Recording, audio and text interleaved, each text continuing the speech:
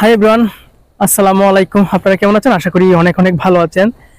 তো আজকে এই রাতের আলোতে কিন্তু আপনাদের সাথে কথা বলার জন্য এখানে চলে আসলাম। তো যে যেখান থেকে আছেন, যারা ভিডিওটি দেখতেছেন, একটু মনোযোগ সহকারে দেখবেন। আমি কিছু কথা বলতে চাই, বিশেষ করে জুনিয়রদের। 1 মাস কষ্ট করে রোজা রেখে আমল করে আমরা বেশিরভাগ যে ভুলটা করি সেটা হচ্ছে 1 মাস শেষে ঈদের দিন অনেকেই গান বাজনা করে।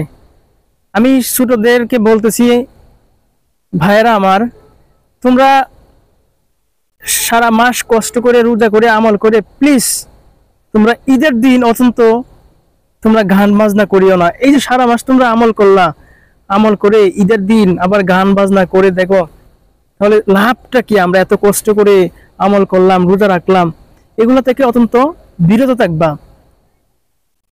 হ্যাঁ, জীবনে চলার ক্ষেত্রে সবকিছু দরকার আছে, কিন্তু তার মানে এই না যে কিছু কিছু মানুষ আছে 1 মাস রোজা রাখার পরে ঈদের দিন মনে হয় যে গরু বান্ধা রাখলে যেরকম গরু সারাদিন বান্ধা রাখার পর গরুকে ছাইড়ে দেওয়ার পরে দেখবেন যে গরুকে, যে আমাদের গ্রামের ভাষায় আর কি বলি, আমাদের গ্রামে কি করা হয়, গরু সারাদিন যখন বান্ধা থাকে, তারপর যখন ধান কাটার মৌসুম কাটা শেষ হয়ে যায়, গরুকে খাবার খাওয়ানোর জন্য যখন বন্ধ ছাইড়ে দেওয়া হয়, মানে আমাদের ফসল খেতে ওকে বান্ধা থেকে ছুটে দেওয়া হয়, তখন দেখবেন যে ও ধান, ও খাবার আর খায় না।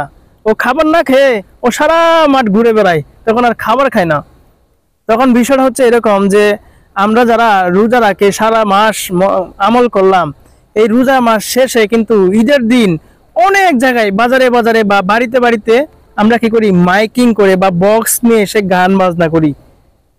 এই যে আমরা 1 মাস রোজা রাখলাম, রোজা রাখার পর ঈদের দিন যে গান বাজনা এগুলা করা হয়, তো আমাদের ভ্যালুটা কোথায়, বা আমরা করলাম কি সারা মাস?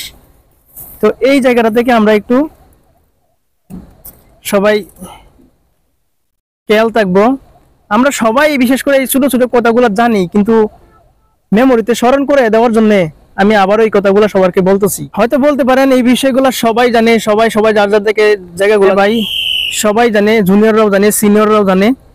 তো সবাই জানার মধ্যেও আমি আবার সবাইকে স্মরণ করে দিতে চাই, যাতে করে আপনাদের আবার মেমোরিতে এই জায়গাটা আবার চলে আসে। তো ভাই যে যেখান থেকে ভিডিওটা দেখতেছেন, অবশ্যই ভিডিওটি শেয়ার করে দিবেন, অপর ভাইও যেন এগুলা শুনতে পারে এবং তার মেমোরিতে যেন স্মরণ হয়ে যায়। এবং আপনি ভিডিওতে লাইক, কমেন্ট আর শেয়ার করবেন। দেখা হচ্ছে আমাদের পরবর্তী ভিডিওতে। তো সে পর্যন্ত আপনি সুস্থ থাকবেন, ভালো থাকবেন, এই দোয়া করি। তো আমরা সবাই এই বিষয়টা মাথায় রাখবো, যাতে করে আমরা সারা মাস রোজা রেখে ঈদের দিন যেন আমরা সেই বান্দা থেকে সারা গরুর মতো না হয়ে যায়।